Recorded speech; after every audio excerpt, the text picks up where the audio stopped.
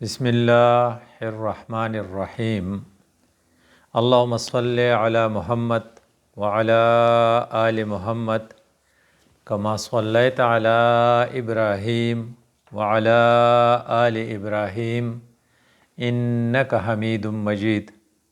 آج ہمارے درس حدیث کا موضوع ہے استغفار کی برکتیں۔ اللہ تعالیٰ نے ہمیں دو چابیاں دی ہیں جس پر ہم اللہ کے رحمت کے دروازے کھول سکتے ہیں۔ ایک ہے دعا کی چابی اور ایک ہے توبہ کی چابی۔ یہ دو ٹولز ہمارے پاس موجود ہیں، اگر ہم ان کا پراپر استعمال کریں تو اللہ کے رحمت کے دروازے ہم کھول سکتے ہیں۔ جو لوگ اللہ سے نہیں مانگتے، یغضب علیہ، اللہ ان سے ناراض ہو جاتا ہے، اس لیے اللہ مانگنے سے خوش ہوتا ہے۔ اور جو لوگ غلطیاں کر کے استغفار نہیں کرتے، یعنی توبہ نہیں کرتے، وہ دعا جو گناہوں کی بخشش کے لیے کی جائے اس کو استغفار کہتے ہیں، تو ان کے گناہوں کے ڈھیر بن جاتے ہیں۔ اس لیے ہمیں دونوں کا استعمال کرنا چاہیے۔ اصل بات یہ ہے کہ انسان کے اوپر جو حالات اور جو مصیبتیں آتی ہیں وہ عموماً گناہوں کی وجہ سے ہوتی ہے۔ انسان کے اوپر مصیبتیں اور پریشانیاں جو آتی ہیں ان میں گناہوں کا دخل ضرور ہوتا ہے۔ اس لیے آپ گناہوں کو معاف کرانے کے لیے استغفار کا احترام کریں گے، استغفار کا اہتمام کریں گے تو گناہ دھل جائیں گے۔ فرماتے ہیں استغفار کی حقیقت یہ ہے کہ آدمی اس گناہ کو بالکل ترک کر دے، جو گناہ وہ کر چکا اس کو فوراً چھوڑ دے اور مغفرت کی دعا شروع کر دے۔ تو گویا کہ استغفار کی دو شرطیں ہیں، ایک یہ کہ جو گناہ آپ کر رہے ہیں وہ فوراً چھوڑ دے، آئندہ اس کے نہ کرنے کا مکمل ارادہ کر لیں، کامل ارادہ کر لیں، اور پھر اللہ سے دعا مانگنا شروع کر دے کہ اللہ میری اس غلطی کو معاف فرما۔ جو شخص گناہ پر اصرار کے باوجود جو گناہ بھی کرتا ہے اور ساتھ ساتھ استغفار بھی کرتا ہے، وہ در حقیقت اپنے رب سے مذاق کرتا ہے۔ اس لیے ہمیں احتیاط کرنی چاہیے کہ جب ہم استغفار کے کلمے پڑھتے ہیں تو ساتھ ساتھ وہ گناہ بھی کہیں نہ کرتے ہوں، کیونکہ فرماتے ہیں لا صغیرۃ مع الاصرار، جس کام پر آپ اصرار کریں وہ چھوٹی غلطی کیوں نہ ہو وہ بڑی بن جاتی ہے۔ استغفار کو ہمیشہ اپنانے کا معنی یہ ہے کہ اپنے غلطیوں اور کوتاہیوں پر برابر نگاہ رکھے اور پورے شعور اور عاجزی کے ساتھ روزانہ کم از کم 100 بار اللہ تعالیٰ سے بخشش چاہے۔ استغفار یعنی جب آپ استغفار کے کلمے پڑھتے ہیں تو اس وقت آپ کا دھیان اپنی ان گناہوں کی طرف ہو جو آپ کر چکے ہیں، یہ شعور ہے۔ اور دوسری بات یہ ہے کہ آپ بڑی عاجزی سے اللہ سے معاف کرانے کی درخواست کرتے ہیں۔ تو استغفار کے کلمے پڑھتے ہوئے آپ کو اپنی گناہوں کی طرف دھیان دینا چاہیے۔ جو لوگ استغفار کرتے ہیں ان کو بہت سے فائدے ملتے ہیں۔ ایک حدیث ہے جسے ابو داود نے روایت کی ہے، جس کے راوی حضرت عبداللہ ابن عباس رضی اللہ تعالیٰ عنہ ہیں۔ فرماتے ہیں قال رسول اللہ صلی اللہ علیہ وسلم، رسول اللہ صلی اللہ علیہ وسلم نے فرمایا من لزم الاستغفار، جس نے اپنے اوپر استغفار کو لازم کیا، یعنی وہ ہمیشہ استغفار کرتا رہا، اس نے استغفار اپنی عادت بنا دی، تو اللہ اس کے لیے کیا کرے گا؟ جعل اللہ لہ من کل ضیق مخرجا، اللہ ہر تنگی سے اس کے لیے نکلنے کی راہ کھول دے گا۔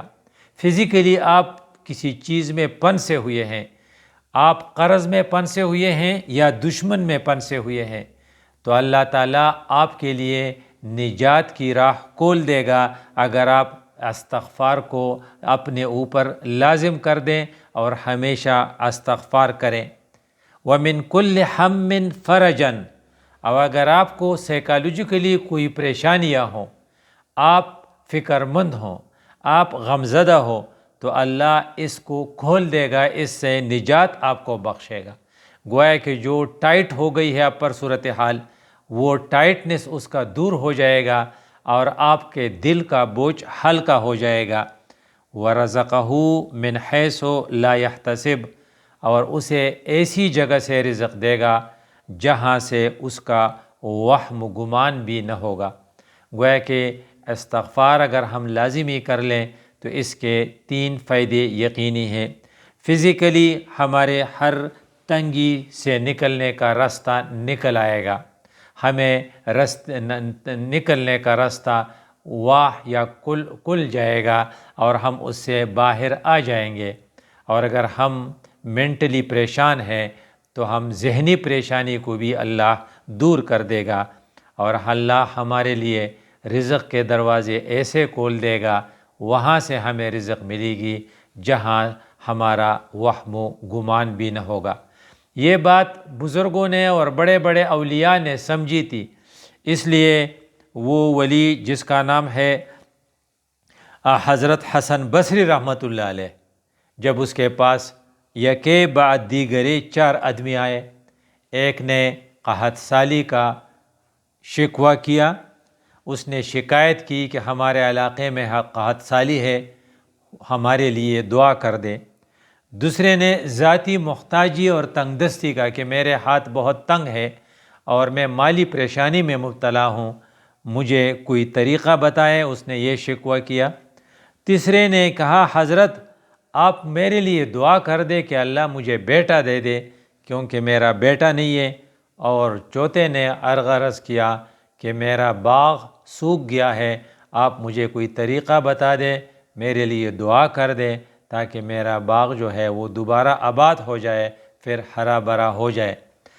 حضرت حسن بصری رحمۃ اللہ علیہ نے چاروں کے چاروں کو جواب دیا کہ آپ اللہ سے استغفار کرو، استغفار کی کثرت سے تمہاری یہ بات ہو جائے گی۔ اور سورۃ نوح میں جو الفاظ ہے فَقُلْتُ اسْتَغْفِرُوا رَبَّكُمْ إِنَّهُ كَانَ غَفَّارًا يُرْسِلِ السَّمَاءَ عَلَيْكُمْ مِدْرَارًا، گویا کہ اس سے بارشیں بھی ہوں گی، وَيُمْدِدْكُمْ بِأَمْوَالٍ، مال بھی مل جائے گا، وَبَنِينَ، اور تمہیں بیٹے بھی مل جائیں گے۔ اس کا مطلب یہ ہے کہ سورۃ نوح کی اس آیات سے پتہ چلتا ہے کہ یہ چاروں کے چاروں مسائل اس طریقے سے حل ہوں گے کہ آپ استغفار کی کثرت کریں۔ اب جو لوگ استغفار کی کثرت کرنا چاہتے ہیں ان کو 2 باتوں کا خیال رکھنا چاہیے۔